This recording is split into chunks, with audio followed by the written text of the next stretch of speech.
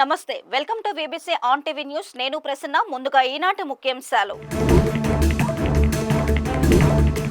జైనం దేశ మేధస్సుకు వెన్నుముక. నవకార్ తీర్మానాలు అందరికీ ఆచరణీయమని మోదీ వ్యాఖ్య.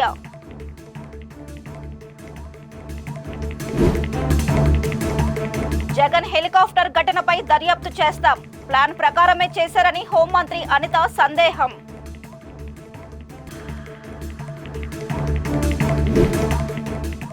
వెలుగొండ ప్రాజెక్టుపై మంత్రి నిమ్మల సమీక్ష. 2026 జూన్ నాటికి రైతులకు నీరందించాలని ఆదేశం.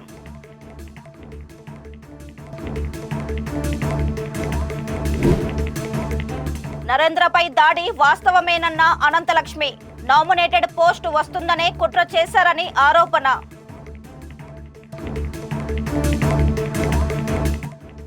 స్థానిక ఉత్పత్తులను ప్రోత్సహించాలని ప్రధానమంత్రి నరేంద్ర మోదీ పిలుపునిచ్చారు. నవకార్ మహామంత్ర దివస్ సందర్భంగా న్యూఢిల్లీలో ఈ రోజు జరిగిన సభలో ఆయన మాట్లాడారు. నవకార్ మహామంత్ర భారతదేశ దార్శనికతకు అనుసంధానించబడిందని పేర్కొంటూ 9 తీర్మానాలు తీసుకోవాలని సూచించారు. నీటిని ఆదా చేయాలని, తల్లి పేరుతో ఒక చెట్టు, పరిశుభ్రత, స్థానిక దేశీయ పర్యాటకం, సహజ వ్యవసాయాన్ని ప్రోత్సహించడం, ఆరోగ్యకరమైన జీవనశైలి, యోగా, క్రీడల్లో పాల్గొనడం, పేదలకు సహాయం చేయాలనే సంకల్పాలను ప్రజలంతా తీసుకోవాలని చెప్పారు. భారతదేశ చరిత్ర, ఆధ్యాత్మిక ప్రయాణంలో జైనమతం ప్రాముఖ్యతను వివరించారు. జైన సాహిత్యం భారతదేశ మేధో వైభవానికి వెన్నెముక వంటిదన్నారు. ప్రాకృత, పాలీ భాషలకు శాస్త్రీయ భాషా హోదా ఇవ్వడం గొప్ప విషయమని ప్రధాని ఈ సందర్భంగా తెలియజేశారు.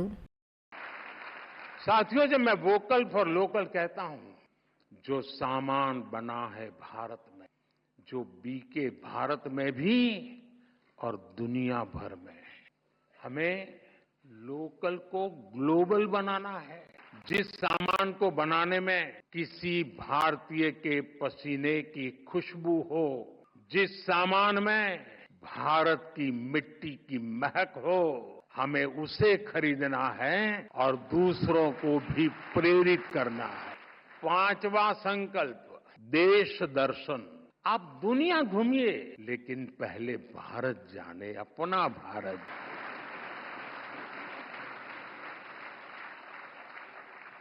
हमारा हर राज्य, हर संस्कृति, हर कोना, हर परंपरा अद्भुत है, अनमोल है. जीवन का हिस्सा बनाना है. नवा संकल्प है गरीबों की सहायता का संकल्प. किसी का हाथ थामना, किसी की थाली भरना, यही असली सेवा है. साथियों, इन 9 संकल्पों से हमें नई ऊर्जा मिलेगी, ये मेरी गारंटी है.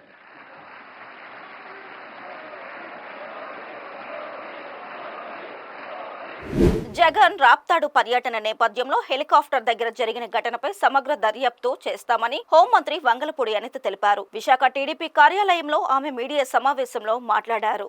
రాప్తాడు నియోజకవర్గానికి వెళ్తున్న జగన్మోహన్ రెడ్డికి 1100 మంది పోలీసులతో రక్షణ ఇచ్చామని, 250 మంది పోలీసులు హెలీప్యాడ్ వద్ద ఉన్నారని హోంమంత్రి అనిత తెలిపారు. జగన్ హెలికాప్టర్లో వెళ్లకుండా రోడ్డు మార్గంలో వెళ్లేందుకు హెలీప్యాడ్ దగ్గర గొడవ సృష్టించే ప్రయత్నం చేశారని ఆమె ఆరోపించారు. ఓ క్రిమినల్ పాలిటిక్స్ లో ఎలా ఉంటారో జగనే ఉదాహరణ అని ఘాటుగా విమర్శించారు. వైసీపీ నేతలు రెచ్చగొట్టే ధోరణిలో వ్యవహరిస్తున్నారని, రెచ్చగొట్టే వ్యాఖ్యలు ఎవరు చేసినా కేసులు పెడతామని హెచ్చరించారు. వైసీపీ కార్యకర్తల దాడిలో పోలీసులకు గాయాలయ్యాయన్నారు. వీఐపీని తీసుకువెళ్లడానికి వీలుకాని హెలికాప్టర్ 15 నిమిషాల్లో ఎలా ఎగిరి వెళ్లిందని ప్రశ్నించారు. ప్లాన్ ప్రకారం ఇదంతా చేశారని అనిపిస్తోందని, వీటన్నింటిపైన విచారణ కొనసాగుతుందని మంత్రి తెలియజేశారు. 1100 మందిని పెట్టడం జరిగింది. వాళ్ళు వాట్సాప్స్లో మెసేజ్లు పెట్టుకుంటుంటే ముందు రోజు ఎస్పీ అప్పీల్ చేయడం జరిగింది. అప్పీల్ చేసాం. ఏమంటే మేము ఎక్కడా కూడా ఎవరిని హౌస్ అరెస్టులు చేయలేదండి, నిర్బంధించలేదండి. వాళ్ళు స్వచ్ఛందంగా వస్తారా లేదా తర్వాత విషయం పక్కన పెడితే, వాళ్ళు పూలప్ చేసుకున్నా కూడా కొంచెం జాగ్రత్తగా మెయింటైన్ చేయండి. అక్కడ వచ్చేది మీ నాయకుడు, రేపొద్దున ఏదైనా శాంతి భద్రతకు విఘాతం కలిగించవచ్చు అని చాలా క్లియర్గా ఎస్పీ గారు అప్పీల్ పెట్టారు. ముందు రోజు మీడియాలో మాట్లాడారు, ఆ నాయకుల్ని పిలిపించి మాట్లాడారు. అక్కడ బ్యారికేడ్స్ కూడా బాగాలేవని చెప్పింది ఆవిడ. 14 మినిట్స్ అండి. క్లియర్. నాకు ఒక్కటే, అన్ని పక్కన పెట్టండి, టైమింగ్ అవన్నీ కాదు. విఐపీని తీసుకెళ్ళడానికి పనికిరాని చాపరు పైలట్ ఎలా తీసుకెళ్ళిపోయి అక్కడ ల్యాండ్ చేశాడు? ఒకసారి ఆలోచించండి. దీని మీద కూడా సమగ్రంగా దర్యాప్తు చేస్తున్నాం. అది కాదు మేడం, ఇదే ఫస్ట్ ఇన్సిడెంట్ కాదు కదా మేడం. పదే పదే జగన్మోహన్ రెడ్డి 900 మంది 5 సంవత్సరాలు ఎలా అయిపోయిందంటే చుట్టూ 900 మంది పోలీసులు, 2000 మంది పోలీసులు, పరదాలు, ఇవి 5 సంవత్సరాలు అలవాటు అయిపోయాయి. పాపం ప్రతిపక్షంలోకి వచ్చిన తర్వాత, పులివెందుల ఎమ్మెల్యే అయిన తర్వాత పోలీసుల మీద బెంగ కొద్ది మాట్లాడుతున్నారో ఏంటో నాకు అర్థం కావట్లేదు. కానీ ఒకటి మాత్రం క్లియర్గా చెప్తానండి, పోలీసులు మాట్లాడితే పోలీస్ పోలీస్ పోలీస్ అని పోలీసుల మీద దుమ్మెత్తి పోయడం అనేది మంచిది కాదు. నేను అందుకే చాలా క్లియర్గా ఎంతమంది పోలీసులు పెట్టాము. ఈ రోజుకి అండి జగన్మోహన్ రెడ్డి గారు ఎక్స్ సీఎం హోదాలో ఉన్నారు కాబట్టి వాళ్ళ భార్యకి సెక్యూరిటీ ఇస్తున్నాం, వాళ్ళ తల్లి గారికి సెక్యూరిటీ ఇస్తున్నాం, వాళ్ళ చెల్లికి సెక్యూరిటీ ఇస్తున్నాం. మేము ప్రతిపక్షంలో ఉండేటప్పుడు బ్రాహ్మణి గారికి సెక్యూరిటీ తీసేశారు, లోకేష్ గారికి సెక్యూరిటీ తీసేశారు, చంద్రబాబు నాయుడు గారికి సెక్యూరిటీ తగ్గించేయమని చెప్పి తగ్గించేస్తే మేము మళ్ళీ సెంట్రల్ గవర్నమెంట్లో మళ్ళీ విషయం చెప్పి ఆయనకి మళ్ళీ ఆయన సెక్యూరిటీ పెంచుకోవాల్సిన అవసరం వచ్చింది. ఎవరికండి? ఆయన Z+ సెక్యూరిటీ అండి. ఆయన యాక్చువల్గా ఒక సీఎం సెక్యూరిటీకి వెళ్తే మొత్తం చుట్టుపక్కల ఉన్న ఎస్పీని వీళ్ళందరినీ కోఆర్డినేట్ చేసుకొని అక్కడ సిచ్యువేషన్ బట్టి, ఒకవేళ బహిరంగ మీటింగ్ అనుకోండి ఇంచుమించు ఒక 1000 మంది వరకు మేము డిప్లాయ్ చేస్తాం. అదే చిన్న మీటింగ్ అనుకోండి చుట్టుపక్కలంతా జాగ్రత్తగా చేసుకుని, ఈ మధ్యన మీరు అబ్జర్వ్ చేశారో లేదో చంద్రబాబు నాయుడు గారి ఇంటి దగ్గర కూడా సెక్యూరిటీ తగ్గించి డ్రోన్స్ సర్వేలెన్సెస్ మేము పెట్టుకున్నాం. అదేవిధంగా ఇక్కడ కూడా ఎక్కడైనా డ్రోన్స్ సర్వేలెన్సెస్ పెట్టుకుంటున్నాం, సీసీ కెమెరా సర్వేలెన్సెస్ పెట్టుకుంటున్నాం. అంటే ఫిజికల్గా పోలీసింగ్ చేసే బదులు ఇన్విజిబుల్ పోలీసింగ్ కూడా మేము దృష్టి పెట్టి చేస్తున్నాం. వెలుగొండ ప్రాజెక్టు పనుల పురోగతిపై మంత్రి నిమ్మల రామానాయుడు ఇరిగేషన్ అధికారులతో వీడియో కాన్ఫరెన్స్ నిర్వహించారు. అమరావతి సచివాలయం నుండి జరిగిన ఈ సమావేశంలో irrigation special chief secretary Sai Prasad, ENC Venkateswararao, project CE, SE, ఈఈలు, డిఈఈలు, వివిధ ఏజెన్సీల ప్రతినిధులు పాల్గొన్నారు. వెలిగొండ ప్రాజెక్టుపై సీఎం చంద్రబాబు ప్రత్యేక శ్రద్ధ పెట్టారని 2026 జూన్ కల్లా వెలిగొండ రిజర్వాయర్ను నింపి ఆయకట్టు రైతులకు నీరందించే లక్ష్యంతో పనిచేయాలని సూచించారని చెప్పారు. 30 ఏళ్ల క్రితం తాను ప్రారంభించిన వెలిగొండ ప్రాజెక్టు ఇంకా పూర్తవ్వకపోవడంపై చంద్రబాబు ఆవేదన వ్యక్తం చేశారని పేర్కొన్నారు. వెలిగొండ పూర్తవ్వాలంటే ఇంకా 4000 కోట్లు కావాల్సి ఉందన్నారు. ఆగిపోయిన వెలిగొండ ప్రాజెక్టు పనులను కూటమి ప్రభుత్వం అధికారంలోకి వచ్చాక పునరుద్ధరించామని తెలిపారు. టన్నెల్లో ఉన్న టీబీఎం మెషిన్ తొలగించడానికి కోర్టు కేసు ఉన్న నేపథ్యంలో బైపాస్ టన్నెల్ నిర్మాణం సాధ్యాసాధ్యాలపై చర్చిస్తున్నామని, head regulator, tunnels, feeder canal, పునరావాస కాలనీల నిర్మాణ పనులు వేగవంతం చేస్తున్నామని మంత్రి వివరించారు. తాను టీడీపీ పార్టీని అడ్డు పెట్టుకుని పోలీసులను, ఇతరులను బెదిరిస్తున్నానని వస్తున్న వార్తల్లో ఏమాత్రం నిజం లేదని టీడీపీ విశాఖ జిల్లా మహిళా అధ్యక్షురాలు సర్వసిద్ధి అనంతలక్ష్మి స్పష్టం చేశారు. విశాఖ విజయ్ ప్రెస్ క్లబ్ లో ఏర్పాటు చేసిన మీడియా సమావేశంలో ఆమె మాట్లాడుతూ, ఇప్పుడు వైరల్ అవుతున్న వీడియోలో ఘటన మార్చి 2వ తేదీన జరిగిందని, తాను నరేంద్ర అనే వ్యక్తిని చెప్పుతో కొట్టిన మాట నిజమేనని చెప్పారు. నరేంద్ర ఒక ఆర్థిక నేరగాడని, తాను 2015లో 25 లక్షల రూపాయల డబ్బు అతనికి అప్పుగా ఇచ్చానని, తనకు స్టాంప్ పేపర్ పై పలానా సమయం కల్లా డబ్బులు తిరిగి ఇస్తానని రాసి ఇచ్చాడని చెప్పారు. తనకు డబ్బులు తిరిగి ఇవ్వకపోవడంతో నరేంద్రపై కోర్టు నుంచి ఆర్డర్స్ తీసుకుని వచ్చామన్నారు. పోలీసులను ట్రాన్స్ఫర్ చేయిస్తా అని కానీ బెదిరించడం కానీ చెయ్యలేదని ఆమె తెలిపారు. తనకు నామినేటెడ్ పోస్టు వస్తుందనే అక్కసుతో కొంతమంది కుట్ర చేస్తున్నారని ఆమె ఆరోపించారు. గత నెల మార్చి 2వ తారీఖున ఈ సంఘటన జరిగింది. అది ఎందుకు జరిగింది, దాని వెనకతలున్న ఆంతర్యం ఏంటి, అర్థం ఏంటి అని నా కోణంలో కానీ చూస్తే గనక అక్కడ ఎందుకు కొట్టాననేది తెలుసుకుంటాము. అంతేగాని కొట్టాము స్టేషన్లో అనేది రిపీట్ చేసుకున్నారు. అలాగే ఈ సీసీ ఫుటేజు నెల రోజుల తర్వాత, అంటే 35 రోజుల తర్వాత ఎందుకు రిలీజ్ చేశారు? ఎవరిదైనా పై అథారిటీ చెప్తే రిలీజ్ చేశారా? కోర్టు డైరెక్షన్లో రిలీజ్ చేశారా? రాజకీయ కుట్రకోణంతోన, రాజకీయ ఒత్తిడితోన రిలీజ్ చేశారు. ఇది ఎవరికైనా అర్థమవుతుంది నెల రోజుల తర్వాత రిలీజ్ చేస్తే కనుక. నేను పోలీస్ స్టేషన్లో కొట్టినటువంటి, చూపిస్తున్నటువంటి, ఎందుకు కొట్టానో అటువంటి వ్యక్తి కొత్తూరు నరేంద్ర అనేటువంటి వ్యక్తి ఆర్థిక నేరగాడండి. నేను 25 లక్షల రూపాయలు ఆయనకి ఇచ్చాను కనుకనే ఆయన నాకు ఇది ఇచ్చాడు. సంతకాలు పెట్టి నేను డబ్బులు తీసుకున్నాను, ఒకవేళ జరగకపోతే ఆ డబ్బులు మీకు తిరిగి ఇచ్చేస్తానని దీని మీద రాసి మరీ ఇచ్చాడు. అలాగే ఇదే దాని మీద నాకు డబ్బులు రాకపోతే కోర్టులో కేసు వేసి జడ్జిమెంట్ వచ్చింది. ఆ జడ్జిమెంట్ కాపీ కూడా ఇదే.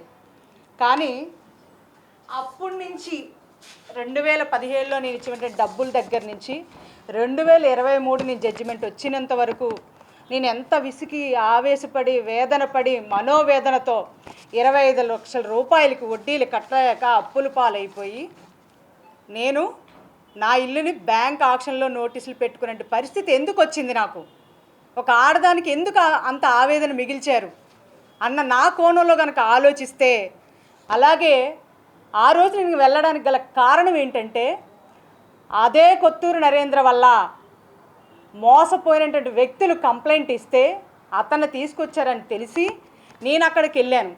నేను కూడా ఒక బాధితురాలనే కాబట్టి నాకు కూడా ఏమైనా డబ్బులు ఇస్తాడేమో, వస్తాయేమో, ఇప్పటికైనా దొరికాడు కదా, పరారీ అయిపోయిన వ్యక్తి కదా అని చెప్పేసి నేను వెళ్తే ఒక ఆడదాన్నని కూడా చూడకుండా నన్ను ఎన్ని మాటలను ఉంటాడండి. నా గుండె ఆవేదన ఒకసారి అర్థం చేసుకోండి. నేను కొట్టడానికి గల కారణం ఏంటో తొంగి చూస్తే గనక, నా వైపు ఆలోచిస్తే గనక అది నాకు న్యాయంగా అనిపించట్టు. ఎందుకంటే మోసపోయిన వ్యక్తి, డబ్బులు రాక వ్యక్తి, అప్పులు పాలైపోయిన వ్యక్తి మనోవేదన మీకు కనిపిస్తుంది. ఒక ఆడదాన్ని తిట్టిన తిట్లు కనిపిస్తాయి.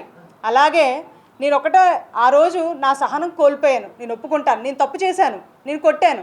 కానీ సిఐ గారిని నేను ట్రాన్స్ఫర్ చేయిస్తానని అన్నారు కదా, మరి ఈ సీసీ ఫుటేజ్ రిలీజ్ చేసిన వాళ్ళు నేను సిఐని ట్రాన్స్ఫర్ చేయిస్తానని ఫోన్లో చెప్పానా, బెదిరించానా, లేకపోతే పోలీస్ స్టేషన్లోని సీసీ ఫుటేజ్ ఉంది కదా, ఏదో ఒకటి ఆవేదనలో వేదనలో అన్నదేనా సీసీ ఫుటేజ్ అయినా అది ఎందుకు బయటికి రిలీజ్ చేయలేదు?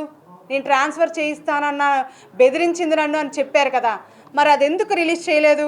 అలాగే నేను పోలీస్ స్టేషన్కి ఎన్నిసార్లు తిరిగి ఉంటాను, వాళ్ళు ఎన్నిసార్లు వచ్చారు, అదెందుకు ఆ సీసీ ఫుటేజ్ బయటికి రిలీజ్ చేయలేదు? అలాగే స్టేషన్లో నాకు న్యాయం జరగకపోతే నేను సిపి గారి దగ్గరికి వెళ్ళి కలవడం జరిగిందండి. నేను ఒక్కరిదానే కాదు, బాధితులందరం వెళ్ళి కలిసి చెప్తే అన్ని రోజుల నుంచి తిరిగితే అప్పుడు పోలీస్ స్టేషన్కి ఫోన్ చేసి దీని మీద కేసు కట్టావా, నలుగురిని తీసుకొచ్చావా నిందితుల్ని, వాళ్ళ ఆస్తుపాస్తులు ఏంటి, వాళ్ళ బ్యాంక్ అకౌంట్ ఏంటి అన్నీ దర్యాప్తు చేసి కేసు పెట్టు అని చెప్తే నిమ్మకు నీరెత్తుగా ఐడబ్ల్యూ రైటర్ గోవింద్ గారు నా చుట్టం నా బంధువు అని చెప్పేసి సిఐ గారు ఆయన కుమ్మక్కైపోయి కేసు నీరు కార్చేశారండి. ఒకసారి ఆవేదన అర్థం చేసుకోండి, డబ్బులు కోల్పోయిన వాడి బాధ జీవితం అర్థం చేసుకోండి. రాజధాని అమరావతిలో సీఎం చంద్రబాబు తన ఇంటి నిర్మాణ పనులను ఈ రోజు శంకుస్థాపన చేశారు. వెలగపూడి సచివాలయం వెనుక E9 రహదారి పక్కనే ఇంటి నిర్మాణం చేపడుతున్నారు. గత ఏడాది డిసెంబర్లో వెలగపూడిలో 5 ఎకరాల విస్తీర్ణంలో ఉన్న ఫ్లాట్ ను ఇదే గ్రామానికి చెందిన ఓ రైతు వద్ద సీఎం కొన్నారు. కాగా ఈ ఇంటిని 1455 చదరపు గజాల విస్తీర్ణంలో G+1 గా నిర్మించనున్నారు. 1 సంవత్సరంలోపు గృహప్రవేశం చేయాలని చంద్రబాబు యోచిస్తున్నారు.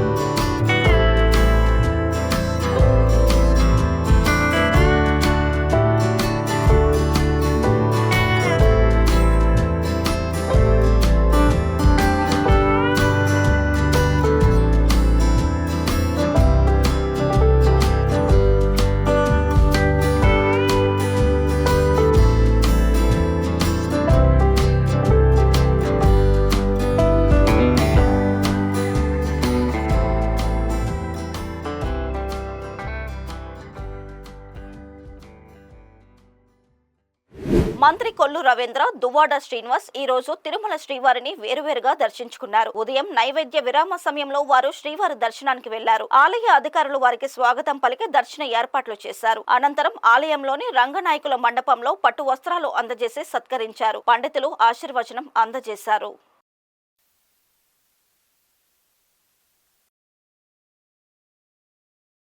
కలియుగ దైవం శ్రీ శ్రీ శ్రీ వెంకటేశ్వర స్వామివారి దర్శనం ఈరోజు చేసుకున్నాం.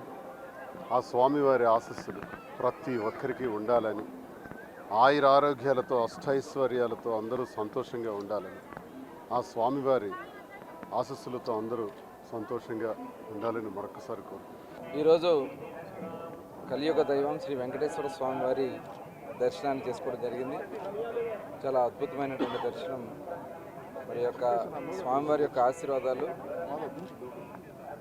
అందరికీ ఉండాలని, ముఖ్యంగా ఈ రాష్ట్రం కోసం అహర్నిశలో కష్టపడుతున్నటువంటి చంద్రబాబు నాయుడు గారు, లోకేష్ గారు, పవన్ కళ్యాణ్ గారు, అలాగే యావత్ ప్రభుత్వానికి ఆ దేవుని వారి ఆ వెంకటేశ్వర స్వామి వారి ఆశీస్సులు కావాలని చెప్పి మనస్ఫూర్తిగా కోరుకుంటూ, మరి ఈరోజు తిరుమల తిరుపతి దేవస్థానం ఆధ్వర్యంలో కూడా మరి శ్రీరామనవమి కార్యక్రమాల్లో భాగంగా ఒంటిమిట్టలో కూడా స్వామివారి కళ్యాణ మహోత్సవాన్ని అత్యంత రంగరంగ వైభవంగా, ఎందుకంటే రాష్ట్ర విభజన జరిగిన తర్వాత భద్రాద్రి రామాలయం తెలంగాణకి వెళ్ళిన తర్వాత ఆంధ్ర రాష్ట్రానికి ఆనాడు ముఖ్యమంత్రిగా చంద్రబాబు నాయుడు గారు 2014-19లో ఒంటిమిట్ట రామాలయాన్ని మరి అభివృద్ధి చేయడం జరిగింది.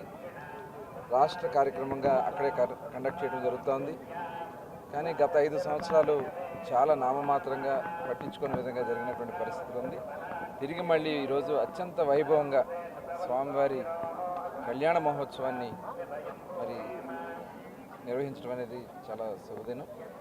మరి దానికి ప్రభుత్వాన్ని, అలాగే కార్యక్రమం నడిపిస్తున్న టీటీడీ, అలాగే అందరికి కూడా ప్రత్యేకంగా ధన్యవాదాలు తెలియజేస్తూ మరి స్వామివారి ఆశీర్వాదాలు అందరికీ ఉండాలని చెప్పి మనస్ఫూర్తిగా కోరుకుంటాం. ఉప ముఖ్యమంత్రి పవన్ కళ్యాణ్ తనయుడు మార్క్ శంకర్ పవనోవిచ్ త్వరగా కోలుకోవాలని విశాఖలో జనసేన నాయకులు ప్రత్యేక పూజలు నిర్వహించారు. ఈ మేరకు పలువురు నేతలు వెంకోజీపాలెం వద్ద ఉన్న అభయ ఆంజనేయ స్వామి వారి ఆలయంలో ప్రత్యేక పూజలు చేశారు. 101 కొబ్బరికాయలు కొట్టి ఆలయంలో మార్క్ శంకర్ పేరు మీద ప్రత్యేక పూజలు చేయించారు.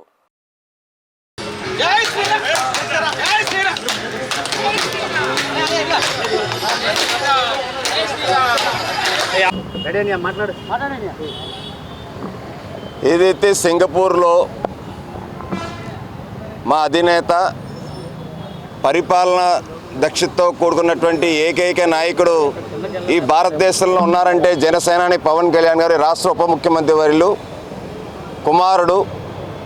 నిన్న సింగపూర్ స్కూల్లో జరిగినటువంటి అగ్ని ప్రమాదం ఏదైతే సంభవించిందో చాలా దురదృష్టకరం. జనసేన పార్టీ అభిమానులు, కార్యకర్తలు, నాయకులు, వీరమహిళలు అందరూ కూడా పెద్ద ఎత్తున ఇవాళ వెంకోజీపాలెం దగ్గర అభయాంజనేయ స్వామి దగ్గర ప్రత్యేకమైన పూజలు నిర్వహించడం, కొబ్బరికాయలు కొట్టి ఇవాళ కుమారుడికి దిష్టి తీసేటువంటి కార్యక్రమం చేశాం. వెంటనే కోలుకోవాలని చెప్పి రాష్ట్రంలోనే కాదు భారతదేశంలో ఉన్నటువంటి ప్రజలందరూ కూడా పవన్ కళ్యాణ్ గారు కుమారుడు త్వరితగతిన కోలుకోవాలని చెప్పి కోరుకుంటా ఉన్నారు. నా మిత్రుడు ఒక ఆయన ఎంవీఆర్ శాస్త్రి గారు నేతాజీ గ్రంథ సమీక్షలో గతంలో చెప్పారు, ధర్మంతో నువ్వు ఉంటే ఆ ధర్మం దేవుడు నిన్ను కాపాడుతారని. పవన్ కళ్యాణ్ గారు ధర్మాన్ని రక్షించడానికి నాకు తెలిసి ఈ యుగంలో అవతరించిన ఒక మహానుభావుడు. ఎందుకంటే రాష్ట్రంలోనే కాదు, దేశంలోనే కాదు, ప్రపంచంలోనే శాంతి ఉండాలనే ఆశయంతో పనిచేస్తున్న వ్యక్తి. అటువంటి వ్యక్తికి భగవంతుడు అండ ఉంటుందని చెప్పేసి మా మిత్రుడు శాస్త్రి గారు చెప్పినట్టు నిన్న ఆ ప్రమాదం నుంచి అతను తప్పించుకొని మార్క్ శంకర్ పవనోవిచ్ అతను ఒక మృత్యుంజయుడిగా తిరిగి వచ్చాడు. ఇదంతా కూడా అందరూ దేశ ప్రధాని దగ్గర నుంచి, రాష్ట్ర ముఖ్యమంత్రి దగ్గర నుంచి, పక్క రాష్ట్రాల ముఖ్యమంత్రుల దగ్గర నుంచి, మాజీ ముఖ్యమంత్రి దగ్గర నుంచి అందరూ కూడా ప్రతి ఒక్కరు కూడా ఆయన శ్రేయస్సు గురించి అడగడం చూస్తే అసలు మార్క్ శంకర్ పవనోవిచ్ అన్న అతనికి చిన్నతనంలోనే 8 ఏళ్ల వయసులోనే ఆయన ఒక ప్రపంచ ప్రఖ్యాతి సంపాదించాడు. అలాగే తండ్రికి కూడా బోళ్ళంత ఖ్యాతి ఆర్జించాడు. ఎందుకంటే అంత బాధలో కూడా ఆయన ఉన్నారని చెప్పేసి ప్రతి చోట, ప్రతి దేశం కాదు ప్రపంచం అంతా కూడా పవన్ కళ్యాణ్ గారి గురించి చాలా మంచిగా చెప్పుకుంటున్నారు.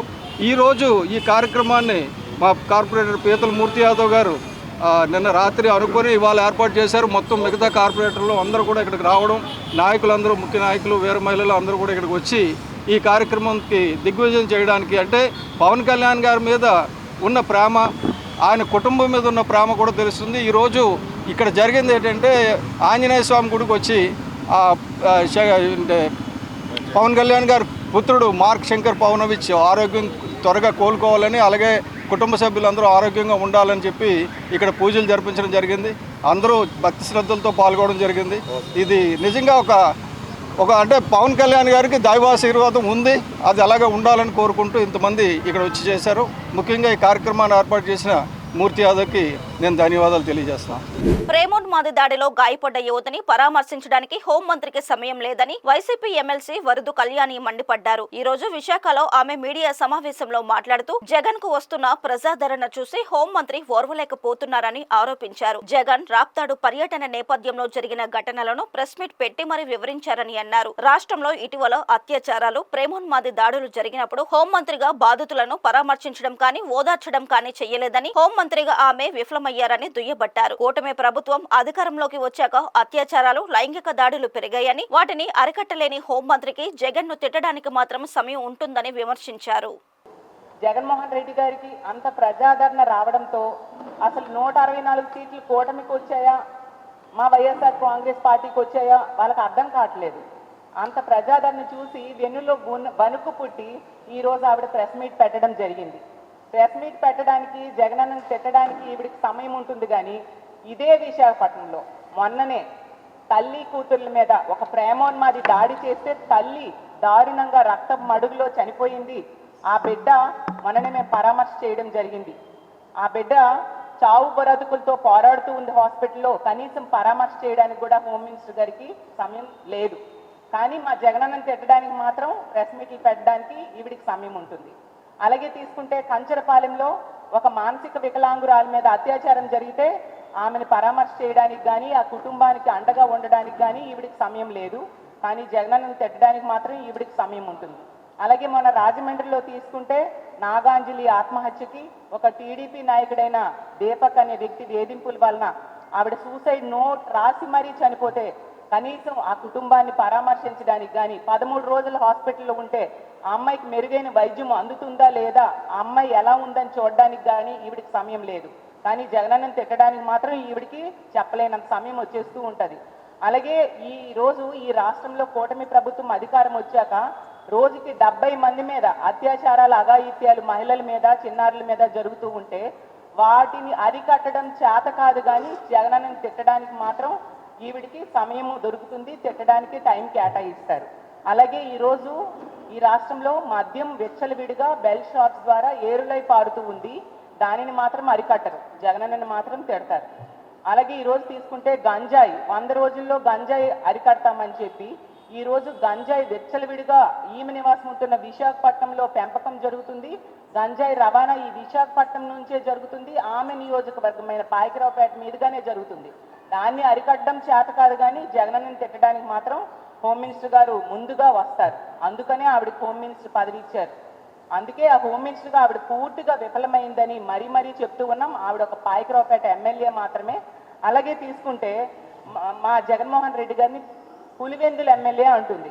ఎంత సంస్కారహీనంగా ఒక మాజీ ముఖ్యమంత్రి గారి గురించి ఆవిడ మాట్లాడుతూ ఉన్నారో అర్థం చేసుకోవచ్చు. జగనన్నకు వస్తున్న ప్రజాదరణ చూసి ఓర్వలేక ఇలాంటి మాటలు ఎన్ని మాట్లాడినా ప్రజలు హర్షించరు హోమ్ మినిస్టర్ గారు అనే విషయం మీరు తెలుసుకోండి అని తెలియజేస్తూ ఉన్నాను. భారత ప్రభుత్వం దేశ ప్రజలపై మరోసారి ఆర్థిక భారం మోపింది. ఇప్పటికే పెరిగిన నిత్యావసరాల వస్తువులు పేద మధ్యతరగతి ప్రజలను బెంబేలెత్తిస్తున్నాయి. ఇలాంటి సమయంలో సామాన్యుడి వంటింటి ఖర్చును మరింత పెంచింది కేంద్ర ప్రభుత్వం. చాలా రోజులుగా స్థిరంగా ఉంచుతూ వచ్చిన గృహ వినియోగ గ్యాస్ సిలిండర్ ధరల్ని పెంచుతున్నట్లు కేంద్రం ప్రకటించింది. ఇప్పుడు 14.2 కిలోల వంట గ్యాస్ సిలిండర్ ధరను 50 రూపాయల మేర పెంచుతున్నట్టు వెల్లడించింది. ఇదే సమయంలో ప్రధానమంత్రి ఉజ్వల యోజన పథకం లబ్ధిదారులకు కూడా ఈ పెంపు వర్తిస్తుందని స్పష్టం చేసింది. దీంతో ప్రస్తుతం ఈ డొమెస్టిక్ గ్యాస్ సిలిండర్ ధర 803 రూపాయలు ఉండగా ఇది 853 రూపాయలకు పెరుగుతుందని కేంద్ర పెట్రోలియం అండ్ సహజ వాయువుల శాఖ మంత్రి హర్దీప్ సింగ్ పూరి ప్రకటించారు. In Pakistan, it was 1080.59. In Bangladesh, 557.81. In Sri Lanka, 1218.09. In Nepal, 1206.39. The cost of cooking gas per day for a family, average family of 4 in India, was ₹6.10. And the cost of cooking per day in a non-beneficiary, that is somebody who's not an Ujjwala beneficiary, is ₹14.58. Now, by any yardstick, that's a very reasonable price. And if you look at the cost comparison with neighboring countries, I've already given you ours. The thing has come down by 23% in our price at a time when global prices were riding. Pakistan, it rose by 5.53%, Bangladesh on 1 rupee 11 paise, Sri Lanka by 10 rupees 60 paise, Nepal by 5 rupees 73, and India it's come down. No, these are percentage. India it's come down 23.74. These are all percentage figures. I'm going to give them to you. Now, what has happened in Pakistan and all those countries, I'm giving you. What we have decided, therefore, is that the average price, not the average, the price per cylinder of LPG will increase by 50 rupees. In other words, from 500 it will go up to 550, and the other one will go up from 803 to 853. Now, this is a step which we will review as we go along. As it is, we review these every 2 weeks or 3 weeks. And therefore, the excise duty that you have seen increase is not to go on to the consumer on petrol and diesel. As I kept telling you, that excise increase is intended to compensate the oil marketing companies for the 43,000 crore that they have incurred as a loss on the gas part of it. Now you will say, what will happen to petrol and diesel? As I told you, the inventories that they are carrying are 45 days old. The inventories are very clearly at a much higher price. My expectation is that petrol prices, even if they increase beyond 60, because this is an international evolving situation, they are unlikely to go back to 75. And if they are in the vicinity of 60 or 65, Madam was asking this question, is it 60 or 60? Just now I think it's 61 point something. But if 62, that's 61.89 is what I heard. Even if it goes up to 65, I think the oil marketing companies will have the cushion or the, what do you call it, the bandwidth or the headroom in order to look at price moderation, but not in the upward category, in the downward category. Vizianagaram జిల్లా పరిషత్ సర్వసభ్య సమావేశం రసాభాసగా మారింది. పెన్షన్లపై చర్చ, ZP chairman మధ్య శ్రీనివాసరావు, మంత్రి కొండపల్లి శ్రీనివాసుల మధ్య మాటల యుద్ధానికి దారితీసింది. గత ప్రభుత్వంలో లోపాలపై మంత్రి కొండపల్లి శ్రీనివాస్ చేసిన వ్యాఖ్యలకు జెడ్పీ చైర్పర్సన్ అడ్డు తగిలారు. అలాగే గత ప్రభుత్వంలో ఖజానా ఖాళీ చేసిందంటూ తూర్పు కాపు చైర్పర్సన్ పాలవలస ఎస్ఎస్వి చేసిన వ్యాఖ్యలపై సమావేశంలో ఎంపీపీ సభ్యులు వాగ్వాదానికి దిగడంతో సమావేశంలో కొద్దిసేపు గందరగోళ వాతావరణం నెలకొంది. అంత బాగా చెప్తున్నప్పుడు సార్ అది కొంచెం కష్టంగా ఉంది సార్. లేదు ఇప్పుడు చిల్లు పట్ట కుండకి ఎంత వేసినా కూడా కిందకి వెళ్ళిపోతుంది. ఇంత అగాధంలో ఎన్ని ఫండ్స్ వచ్చినా కూడా మినిస్టర్ గారు కానీ ఇప్పుడున్న ప్రభుత్వం ఏం చేస్తుంది సార్? తెస్తున్నారు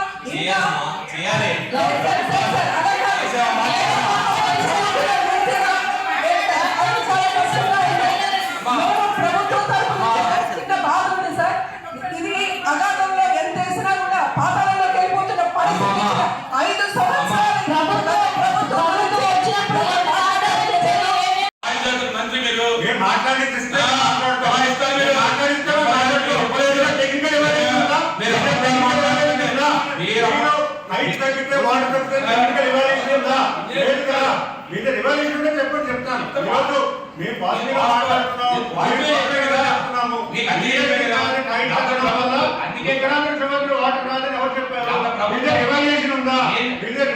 చెప్పండి. మీరు హైటెక్ చెప్పి తగ్గిపోతుంది.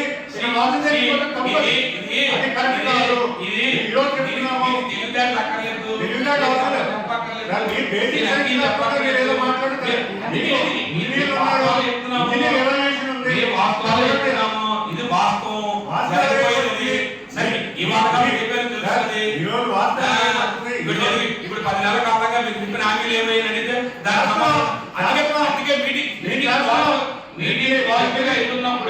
అందుకే మీటింగ్ పాజిటివ్గా వెళ్తున్నప్పుడు మీరు గత గురించి నేను గత గురించి మాట్లాడండి. తప్పలేదు చెప్పండి. ఏం చెప్పారు? 50 సంవత్సరాలు పెన్షన్ చెప్పారు. చెప్పండి.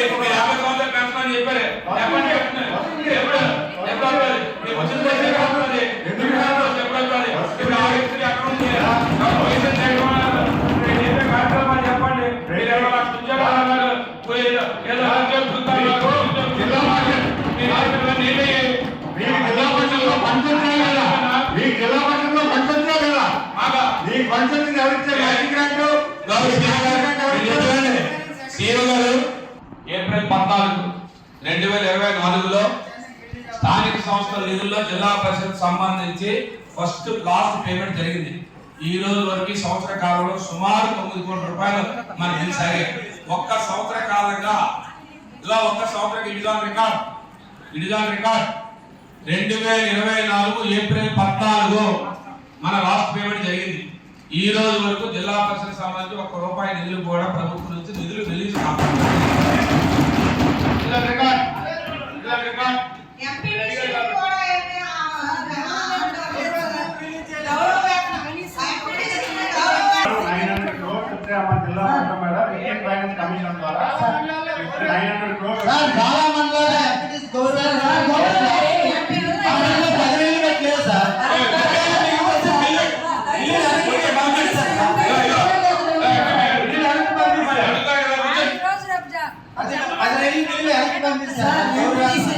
తెలంగాణలోని కామారెడ్డి జిల్లా కేంద్రంలో గల కాంగ్రెస్ పార్టీ కార్యాలయంలో పార్టీ జిల్లా ఉపాధ్యక్షుడు పంపరి లక్ష్మణ్ మీడియా సమావేశం నిర్వహించారు. ఈ సందర్భంగా ఆయన మాట్లాడుతూ ఇటీవల బీజేపీ నాయకులు కాంగ్రెస్ పార్టీపై చేసిన వ్యాఖ్యలను ఖండించారు. హెచ్సియు భూములు రాష్ట్ర ప్రభుత్వానికి సంబంధించినవని స్పష్టం చేశారు. కానీ కేంద్ర ప్రభుత్వం వక్ఫ్ భూములు ఆక్రమించడానికే బిల్లు ప్రవేశపెట్టిందని ఆరోపించారు. ఆ భూములను అదానీ, అంబానీలకు అంటగట్టాలని కేంద్ర ప్రభుత్వం కుట్రలు చేస్తుందని ఆగ్రహం వ్యక్తం చేశారు.